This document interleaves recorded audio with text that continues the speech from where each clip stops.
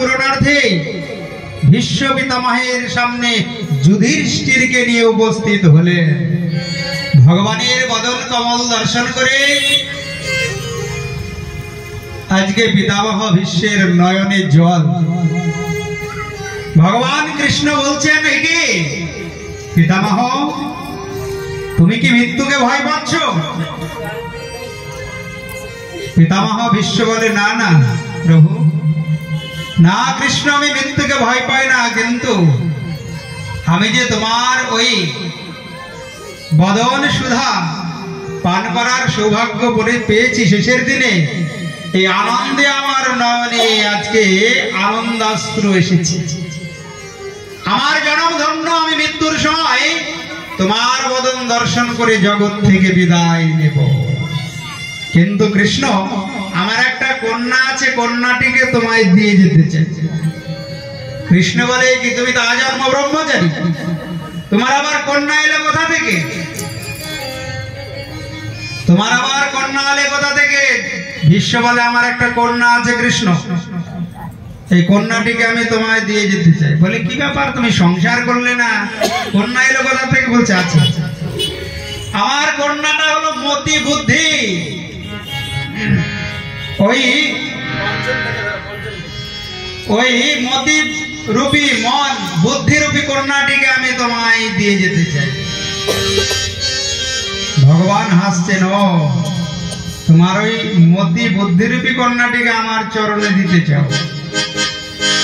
এতে মতি রূপ কল্পিতা বিতৃষ্ণা ভগবতী সাত্তত পুঙ্গবে বিভূমিনী শাশুকমুপগতে গতির বিহরতুম প্রকৃতিমুপে সুজাত ভব প্রবাহ। এইভাবে 11টি শ্লোকে ভীষ্মদেব স্তুতি করছেন ভগবানের। ইতিমতির উপকল্পিতা বিতৃষ্ণা, ইতি দিয়ে শুরু করছেন, এটাই আমার শেষ। ইতি কখন লেখে? সব শেষে তো বলছে, এটাই আমার শেষ বাসনা কৃষ্ণ। ইতিমতির উপকল্পিতা বিতৃষ্ণা, জগতের কোনো কিছুর প্রতি আমার আর তৃষ্ণা নেই, তাই মনের সব কামনা বাসনা তৃষ্ণা মিটেছে, তাই মতিরূপী কন্যাকে আমি তোমার চরণে দিয়ে যেতে চাই। মনটা যদি ভগবানের চরণে থাকে তাহলে কোনো চিন্তা আছে? ত্রিভুবন কমনম তমাল বর্ণম রবিকর গৌরবরম বরম দধানে বপুরাল বকুলা বিতানানাব জম বিজয় সকের তুত্ম্যান বদ্ধা যদি তুর গর যদি ধূম্র বিশ্ব কচলুলিত শ্রম বর জলঙ্কৃতাসে মম নিশিত শরৈর বিবিদ্যমান কচিবিল সৎকবচেস্তস্তু কৃষ্ণ আত্মা শপথি সখী বচনি সম্মমাথে নিজ পরয়োর বলয় রতম নিবেশ স্থিতবতী পর সৈনিকায়ু রক্ষা হিতবতী পার্থ সখের তীর মমস্তু ব্যবহিত পুতনা মুখম নিরীক্ষ স্বজন বধাদ্রিমুখস্য দোষ বুদ্ধা কুমতি মহরদাত্ম বিদ্যয়ায় শরণরতি পরমস্য তস্যম্যস্তু।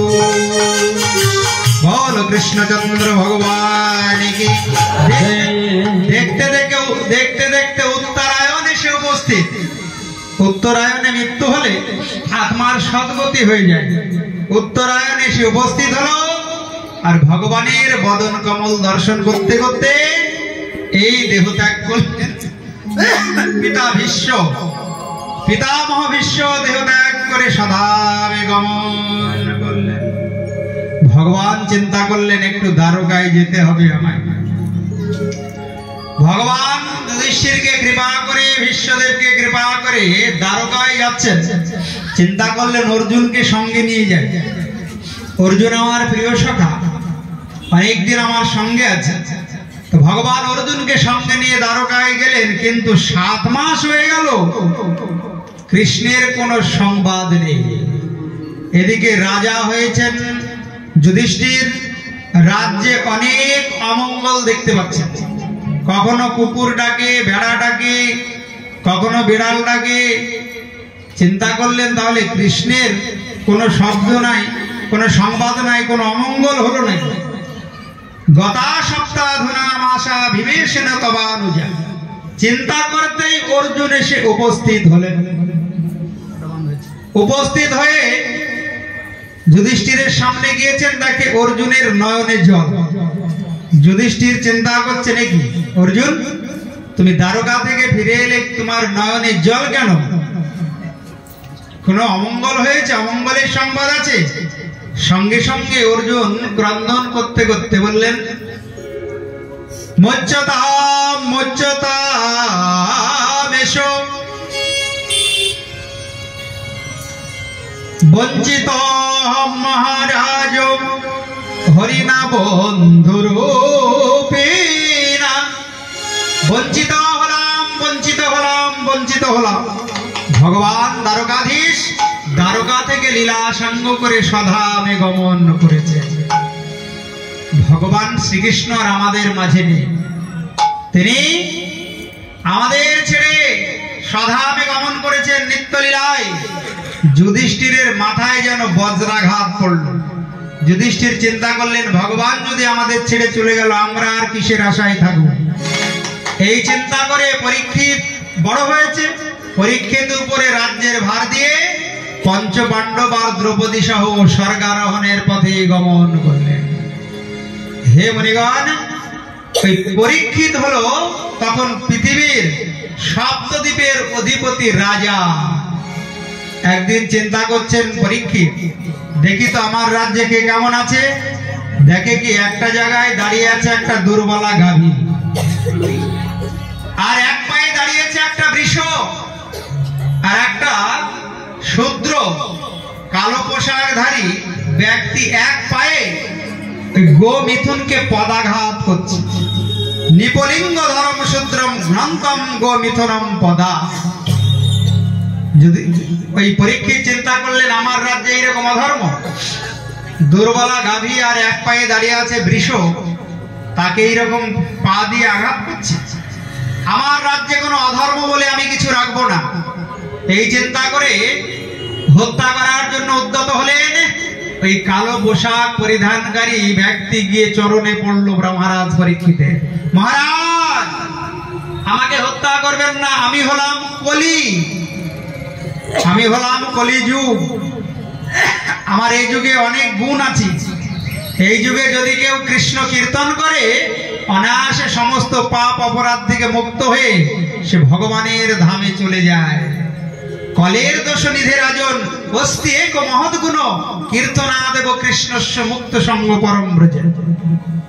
আমাকে হত্যা করবেন না, আমাকে একটু থাকার জায়গা দেন। পরীক্ষিত চিন্তা করলেন, এই দুর্বলা গাভীটাকে দেখি। দুর্বলা গাভী মাতা উত্তর দিল, আমি হলাম ধরিত্রী দেবী, ধরণী পৃথিবী। আর এক পায়ে যে দাঁড়িয়ে আছে বৃষ, সে বলল, আমি হলাম ধর্ম। কলিযুগে আমার একটা চরণ, সত্য যুগে 4টি চরণ ছিল, নষ্ট হতে হতে কলিযুগে একটা চরণ, অর্থাৎ সত্যের উপরে ধর্ম দাঁড়িয়ে আছে।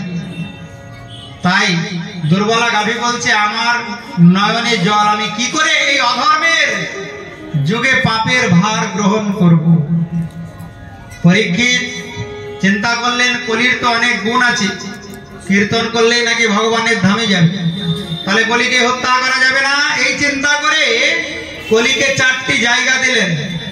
অভ্যর্থিতস্তদা তস্मै স্থানানি কলয়ে দদ, দুতম পানম স্ত্রিয় শোনা যাত্রা ধর্মস চতুর্ভুজ। দুতম পানম স্ত্রিয় শোনা যাত্রা ধর্মস চতুর্বিধ। যাও কলি, তুমি 4টি জায়গায় থাকো যেখানে জুয়া খেলা হবে। জুয়া খেলা বোঝেন? জুয়া খেলা বোঝেন না?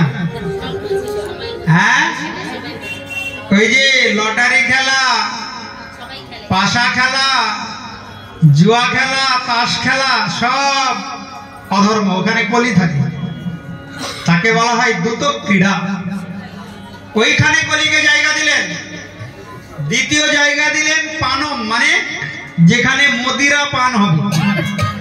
মদিরা মানে বোঝো তো? মদ্যপান যেখানে হয় সেখানে কলির স্থান। তৃতীয় জায়গা দিলেন যেখানে অবৈধ স্ত্রী সঙ্গ হয় সেইখানে কলিকে জায়গা দিলেন, ওটা মহাপাপ। 4 নম্বর জায়গা দিলেন সোনা মানে জীব হত্যা, যেখানে জীব হত্যা হয় সেখানে কলি তুমি থাকবে, ওটা মহাপাপ। ওই জন্য কলিযুগে এই 4টি জায়গায় বিশেষ পাপ বিরাজ করে। দুতম পানম স্ত্রী ও সোনা। সোনা মানে জীব হত্যা। যারা জীব হত্যা করবে এই কলিযুগে তাদেরকে অনন্তকাল নরক যন্ত্রণা ভোগ করতে হবে। প্রেম সে বলো। ওই জন্যে জীব হত্যা কলিযুগে মহাপাপ, জীব হত্যা করা যাবে না। কলি বললেন মহারাজ আমাকে আর একটা জায়গা দেন। রাজা পরীক্ষিত তখন কলিকে আর একটা জায়গা দিলেন, জাত রূপ মদাত প্রভু। অবৈধ উপায়ে উপার্জিত ধন আর গোল্ড সোনা তার মধ্যে দিলেন কলিকে। ওই জন্য দেখবে স্বর্ণ অলংকার পড়লে পারে খুব অহংকার হয়। অবৈধ উপায়ে উপার্জিত ধনের মধ্যে কলি বিরাজ করে।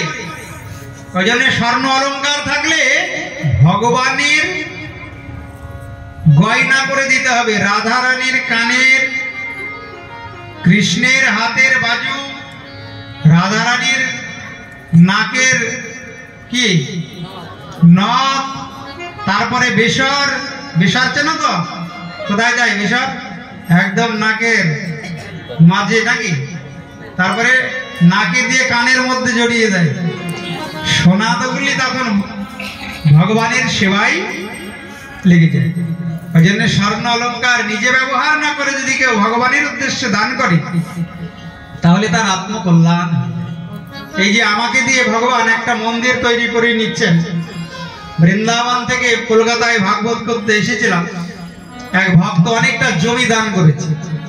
সেইখানে নবচূড়ার মন্দির তৈরি হতে হতে প্রায় শেষের দিকে, অনেক বড় মন্দির।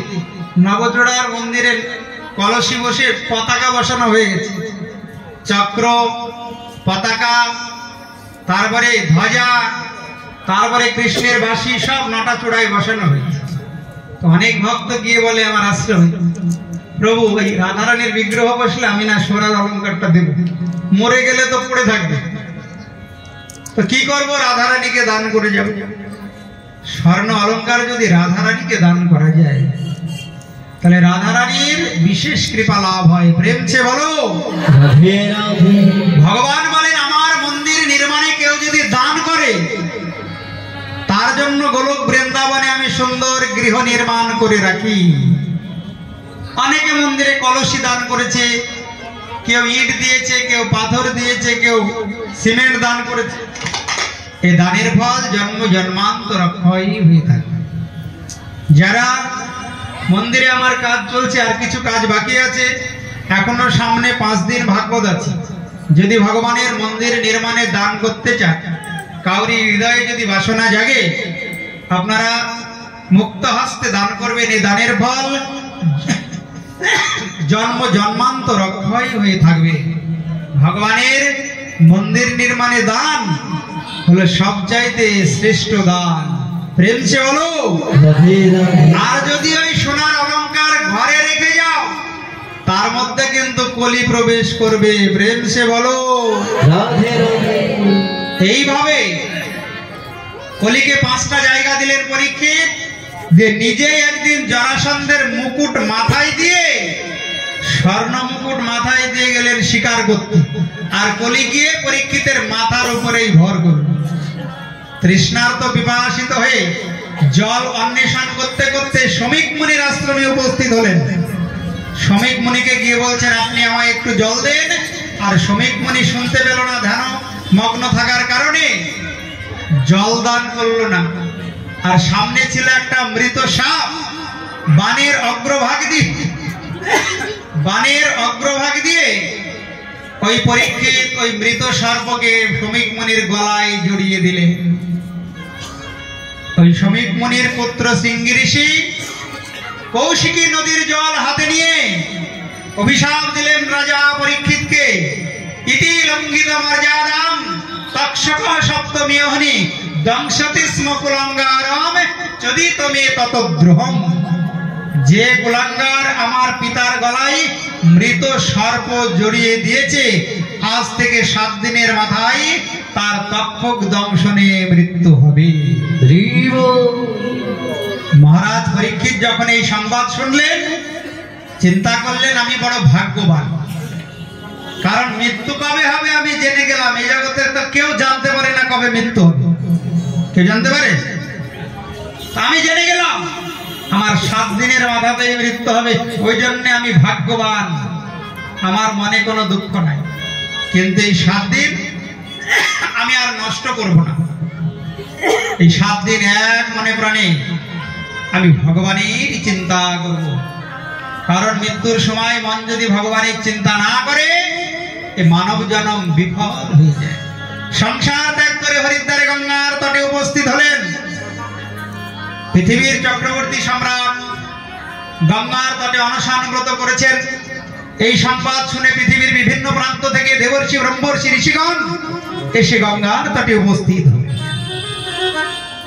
পরীক্ষিত চিন্তা করলেন আমি বড় ভাগ্যবান, দেখো আমার শেষের দিনে আমাকে কৃপা করার জন্য কত বৈষ্ণব সাধু মহাত্মার গঙ্গার তটে আগমন হয়েছে। ভগবানের দর্শন অপেক্ষাও ভক্ত দর্শনে অধিক ফল লাভ হয়। প্রেম সে বলো। ভগবানের সেবা অপেক্ষা যেমন ভক্ত সেবায় অধিক ফল হয়, তদ্রূপ ভগবানের দর্শন অপেক্ষা ভক্ত দর্শনে অধিক ফল লাভ হয়। পরীক্ষিতের মনে তাই কোনো দুঃখ নাই। এক একজন এক এক কথা বলছে। পরীক্ষিত সবার কাছে হাত জোড় করে বলছে আপনারা বলুন কি করলে আমি 7 দিনের মাথায় ভগবানকে পাবো। এখন দেবর্ষি ব্রহ্মর্ষি ঋষিগণ বলছেন আপনি যজ্ঞ করুন, কেউ বলে দান করুন, কেউ বলে হোম করুন। হঠাৎ সেই সভায় ব্যাসনন্দন শুকদেব মহারাজ এসে উপস্থিত হলেন। ব্যাসনন্দন শুকদেব এসে উপস্থিত হয়েছেন। সঙ্গে সঙ্গে দেবর্ষি ব্রহ্মর্ষি ঋষিগণ সবাই বললেন ওই যে পরীক্ষিত, তোমার জীবন পথের দিশারি পথ প্রদর্শক ব্যাসনন্দন শুকদেব এসে উপস্থিত হয়েছেন, তাকে তুমি গুরু রূপে বরণ করো। তত্রা ভবদ ভগবান ব্যাসপুত্র। ওই যে এসে গেল, ওটা ব্যাসদেবের পুত্র শুকদেব নয়, ওটা ভগবান এসেছেন শুকদেব হয়ে তোমাকে কৃপা করার জন্য। তত্রা ভবদ ভগবান, ওই জন্য ভগবান এসেছেন শুকদেব হয়ে। ওটা শুধু ব্যাসদেবের পুত্র নয়। তত্রা ভবদ ভগবান ব্যাসপুত্র। তত্রা ভবদ ভগবান ব্যাসপুত্র। অলক্ষলিঙ্গ নিজ লাভ দুষ্ট। অলক্ষলিঙ্গ নিজ লাভ তুষ্ট। তত্রা ভবদ ভগবান ব্যাসপুত্র। তত্রা ভবদ ভগবান ব্যাসপুত্র। অলক্ষলিঙ্গ নিজ লাভ তুষ্ট। অলক্ষলিঙ্গ নিজ লাভ তুষ্ট। ঋতশ্চ বালরব ধূত বেশ। ঋতশ্চ বালরব ধূত বেশ। তত্রা ভগবান তত্রা ভগবান ব্যাসপুত্র। বলো সুখদেব মহারাজ কি স্বাগতম গুরুদেব। সুস্বাগতম গুরুদেব। সুস্বাগতম গুরুদেব। সুস্বাগতম গুরুদেব। পরীক্ষিত ব্যাসানন্দন সুখদেবকে গুরু রূপে বরণ করলেন। সুস্বাগতম গুরুদেব, সুস্বাগতম গুরুদেব, সুস্বাগতম গুরুদেব, সুস্বাগতম গুরুদেব, সুস্বাগতম সুস্বাগতম শরণাগতম গুরুদেব, সুস্বাগতম সুস্বাগতম শরণাগতম গুরুদেব, স্বাগতম গুরুদেব, শরণাগতম গুরুদেব, সুস্বাগতম গুরুদেব, শরণাগতম গুরুদেব। তাড়াতাড়ি করে পরীক্ষিত সুখদেবের চরণ ধৌত করে আসনে বসালেন। আসনে বসিয়েই প্রশ্ন করছেন, গুরুদেব আপনি কৃপা করে বলুন এই শাপগ্রস্ত পরীক্ষিতের কি করা কর্তব্য? অথবা বিচ্ছামি সংসিদ্ধিম যোগিনাম পরমম গুরুম। আপনাকে দেখে মনে হচ্ছে আপনি যোগীদেরও পরম গুরু। পুরুষে হইয়াৎ কার্যম ম্রিয় মানুষ্য সর্বথা। এই মৃত্যু পথযাত্রী পরীক্ষিতের কি করা কর্তব্য? এই প্রশ্ন শুনে ব্যাসানন্দন সুখদেব খুব আনন্দিত হলেন। বললেন, হে রাজন, এই জগতে তুমি একা মৃত্যু পথযাত্রী নয়, এই জগতে যারই জন্ম হয়েছে সেই মৃত্যু পথযাত্রী। প্রেম সে বলো। ওই জন্যই মৃত্যু পথযাত্রী জীবের কি করা কর্তব্য? এই প্রশ্নটা বড় উত্তম প্রশ্ন। বরিয়ান এসতে প্রশ্ন কৃত লোকহিতম নিপন আত্মবিদ সম্মত পুংসাম শ্রোতব্যাদিসুয়া পর। বরিয়ান, তোমার এই প্রশ্ন বড় উত্তম, শ্রেষ্ঠ প্রশ্ন, উত্তম প্রশ্ন। তবে এই প্রশ্নের উত্তর আজকে নয়, আগামীকাল দেব। এর উপরে আর বড় প্রশ্ন নাই। এই প্রশ্নের উত্তর যে শ্রবণ করবে তারই দুর্লভ মানব জন্ম ধন্য হয়ে যাবে। তবে রাজা পরীক্ষিত, এই প্রশ্নের উত্তর আজকে নয়, আগামীকাল উত্তর দেব। আগামীকাল এক একজন 10 জন করে নিয়ে আসবেন। কারণ একা ভাগ্য শ্রবণ করলে যে ফল হয়, আর 10 জনকে নিয়ে ভগবানের কথা, ভাগবত কথা শ্রবণ করলে 10 গুণ ফল বেশি লাভ হয়। প্রেম সে বলো। কালকে থেকে ব্যাসানন্দন সুখদেব পরমহংস কুল প্রদীপ মৃত্যু পথযাত্রী ওই পাণ্ডব কুল প্রদীপ পরীক্ষিতকে মৃত্যু পথযাত্রী জীবের কি করা কর্তব্য, কি করলে জনম ধন্য হবে, কি করলে ভগবানকে পাওয়া যাবে, এই কথা বলবেন। ওই জন্যে কালকে থেকে বিশেষ কথা, বিশেষ আস্বাদন। আজকে এইখানে এই ভাগবতের বিশ্রাম। সুখদেব গোস্বামী রাজা পরীক্ষিতকে বলছে, দেখো মনের আনন্দে একটু ভগবানের নাম গুণ কীর্তন করো, তাহলে পারে দেখবে আনন্দ পাবে, দুঃখ দূর হয়ে যাবে। তাই হরি গুণ গাও রে মন, কৃষ্ণ গুণ গাও। গাও রে মদন ভরে গাও,